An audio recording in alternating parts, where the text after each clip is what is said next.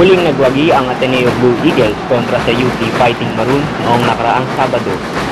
Nasungkit ng Blue Eagles ang kanilang ikalimang tagumpay matapos ang 4 na magkakasunod na pagkapanalo.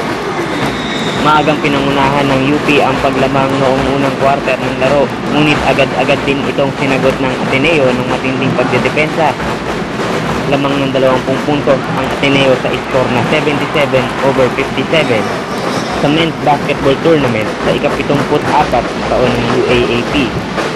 Samantala, aminado naman ang coach ng Blue Eagles na si Norman Black na nagkaroon ng mga panahon sa laro kung saan nagawang lusutan umano ng UP ang kanilang depensa.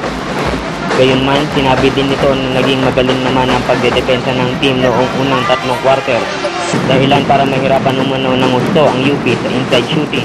Kasalukuyang pinaghahandaan ngayon ng Ateneo ang pagtatanggol sa titulo nito bilang kampiyon sa nakalipas na 3 taon.